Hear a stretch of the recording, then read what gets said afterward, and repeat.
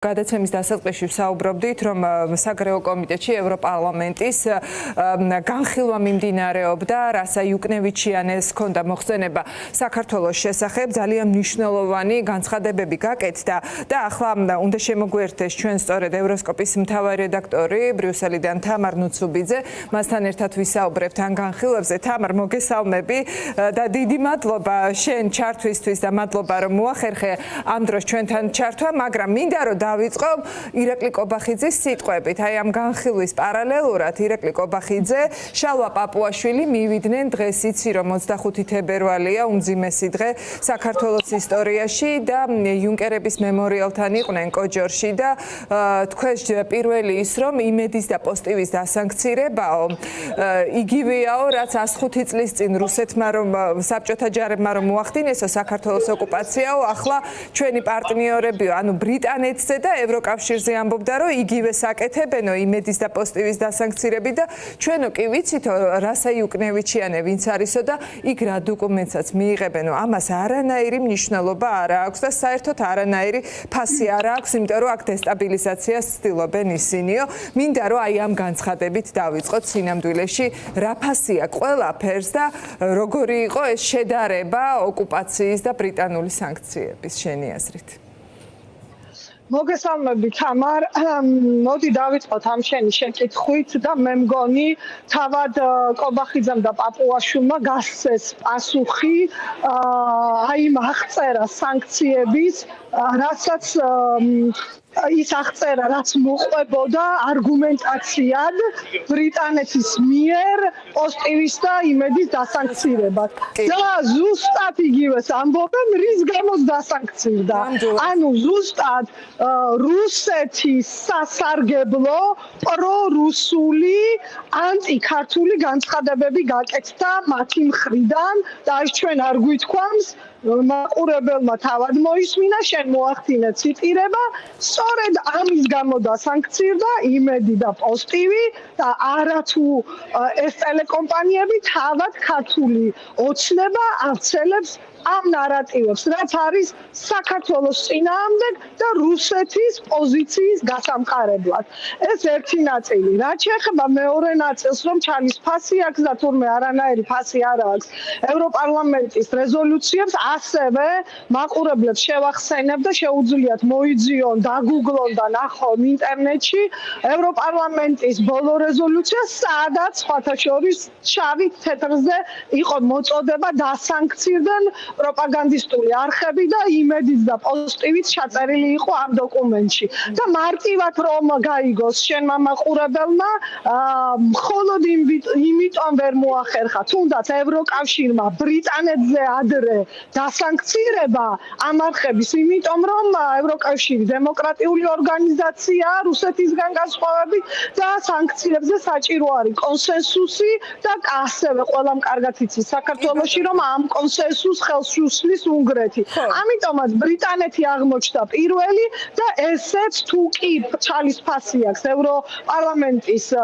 რეზოლუციებს, მაშინ თქვათ რატომ ითვალისწინებენ ასე ძალიან არა მხოლოდ წევრი ქვეყნები, არამედ პარტნიორები ევროკავშირის აი ამ არგუმენტებს, რაც მოყავთ თავიანთ დოკუმენტებში ევროპარლამენტარის, ეს მე მგონი ისე ხშირად იმეორებენ და ისეთ ფორმაში და ისეთ საკითხებთან დაკავშირებით, რომ პირიქით საპირისპირო სამტკიცებენ, რომ ძალიანაც მნიშვნელოვანია და ჩალის ფასი სულაც არ აქვს არც ევროპარლამენტის რეზოლუციას და არც ბრიტანულ სანქციებს იმედის და პოზიტივის წინააღმდეგ. ეხლა ჩვენ ძალიან შენ თვალყურს ადევნებ მუდმივად სოციალურ ქსელს და ძალიან კარგად ხედავ, როგორი რეაქციები მოჰყვა თავად პროპაგანდისტული არხების მოქმედი თუ ყოფილი წარმომადგენლების მხრიდან და ხედავთ ასევე ქართული ოცნების ლიდერების სახეებსაც და მათ განცხადებებსაც, როცა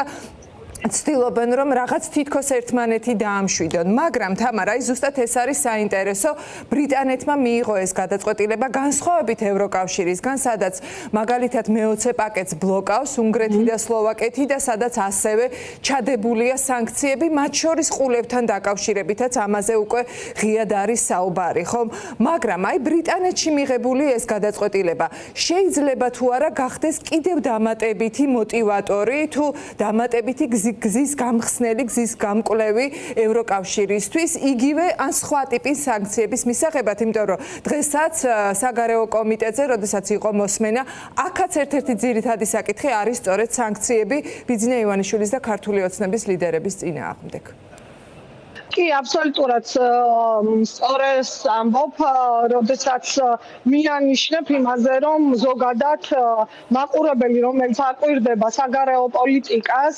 და თუ როგორ მოქმედებენ ზოგადად ევროპული სივრცეში პარტნიორები, ძალიან ხშირად ასეა, რომ ისინი ერთმანეთთან არიან კავშირში და ხშირად ინსპირაცია ხდება და მოტივირებელი და ასევე დამატებითი არგუმენტი, თქვათ, ევროკავშირი თუ მიიღებს სანქციებს კონკრეტულად რომელიმე პირის მიმართ, ან ქვეყნის, ან ქმედების მიმართ, ეს ხდება შვეიცარიისთვისაც, ბრიტანეთისთვისაც, ავსტრალიისთვისაც, კანადისთვისაც და საპირისპიროდ ხდება, როდესაც პარტნიორი ქვეყნები ავრცელებენ სანქციებს. მე უკვე ვთქვი, თამარ, რა არის თავარი ხელისშემცვლელი ფაქტორი იმისა, რომ ამ დრომდე თარგეტირებული სანქციები პერსონალურიც და ამ შემთხვევაში თუნდაც ტელეკომპანიების და მედია საშუალებების მიმართ, რომლებიც ავრცელებენ ევროკავშირის წინააღმდეგ დეზინფორმაციას და გუშინ რასაიუკნევიჩიანემ თქვა, რომ შავ საქმეს აკეთებენ ევროპაში, მათ წინააღმდეგ სანქციების ხელისშემცვლელი ფაქტორი არის უნგრეთი და სწორედ ამიტომაც ვერ გადაიდგა ეს ნაბიჯები წინ, თუმცა დაველოდოთ, ნახოთ, ერთი კიდე მინდა აუცილებლად აღვნიშნო და დარწმუნებული ვარ, შენც იგივე პოზიციაზე ხარ, რომ ჩვენ სულაც არ გვიხარია სანქციები, ჩვენი ეს ჯერ ერთი არ უნდა გავაიგივოთ საქართველოსთან და საქართველოს მოსახლეობასთან, ეს არის თარგეტირებული სანქციები, მიზნობრივი სანქციები, წერტილოვანი სანქციები იმ მათ მიმართ, ვინც საქართველოს მოსახლეობას უხერგავს გზას ევროპული ნორმალური განვითარებისკენ სულისგან. მაგრამ ჩვენ მაინც არ გვიხარია ნამდვილად, რომ საქართველო დღეს ასე პოზიციონირებს დასავლეთში. მაგრამ უბრალოდ სხვა ვითარება და სხვა სხვა გამოსავალი არც არის, რომ როგორღაც საქართველო მოახერხოს და გაარღვიოს ისევე სწრე და დაუბრუნდეს ჩვენი ისტორიულ მიზანს, მით უმეტეს, როდესაც გეოპოლიტიკური ვითარება ისეთია, რომ ყველა შესაძლებლობა არის საქართველომ გააგრძელოს ევროატლანტიკური წინსვლა. მაგრამ ეხა ხელფას აიღებენ თუ არ აიღებენ იმეჩი და პოსტივიში, ეხა იქ რომ მუშაობდე და საკუთარი თავი რომ წარმოიდგინო, ალბათ ეს კი არ არის ყველაზე მძიმე. როცა გასანქცირებენ იმის გამო, რომ შენ რუსული პროპაგანდის გამავრცელებელი არ აქვს შენს ქვეყანაში და აკეთებ იგივეს, რასაც რუსული პროპაგანდა მარგარიტა სიმონიანი აკეთებს თავის არხზე. მე მგონი ეს გაცილებით მძიმეა, ვიდრე ის ეხა ხვალ ხელფას შავი ფულით ტომრებით მიუტანენ თუ საბანკო ანგარიშიდან აიღებენ და ბოლოს მინდა კითხო, ალბათ ბრიტანული სანქციები ერთია, რომ დღეს კობახიძე მართლაც ამხნევებდა და ეუბნებოდა, რომ არ ინერვიულოთ თქვენ ფულს ისევ მოგიტანთო, იმიტომ რომ ძალიან კარგად იციან, რომ უფულოდ ამ შავ საქმესაც არავინ არ გაუკეთებს, მაგრამ აი როგორც ჟურნალისტს მინდა კითხო ახლა